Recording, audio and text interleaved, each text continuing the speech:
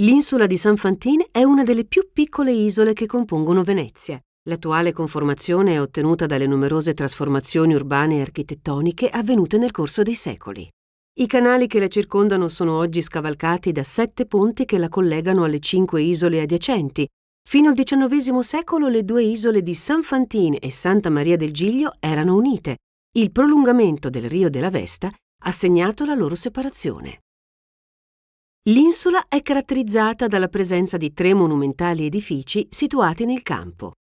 La chiesa di San Fantin, la scuola grande di San Fantin, oggi Ateneo Veneto, e il Gran Teatro La Fenice. Il campo, uno spazio a forma di ferro di cavallo, è al centro di un sistema di spazi urbani, calli e campielli che si sviluppa a raggiera dal centro verso i margini dell'isola. La pianta prospettica di Jacopo de Barbari mostra la forma originaria dell'isola e la chiesa romanica prima della sua ricostruzione. Ma anche la prima sede della confraternita di San Fantin, che ancora nel 1471 era un edificio molto meno monumentale dell'attuale. Il campo aveva una diversa conformazione rispetto a quella attuale. Erano presenti solo 4 dei 7 ponti odierni. Nei secoli successivi l'isola subì importanti modifiche, la ricostruzione della chiesa di San Fantin nel 1507 e la costruzione della nuova scuola di San Fantin completata nel 1664. Nel 1696 risulta ancora allacciata all'isola di Santa Maria del Giglio, come testimonia la pianta prospettica di Giovanni Merlo. Nella veduta di Giovanni Merlo, la chiesa è raffigurata ancora nella sua forma romanica. Nel frattempo era stata completata la ricostruzione della scuola di San Fantin.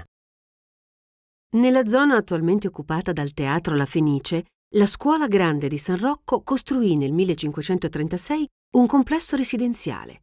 Fu poi costruito il Ponte della Malvasia.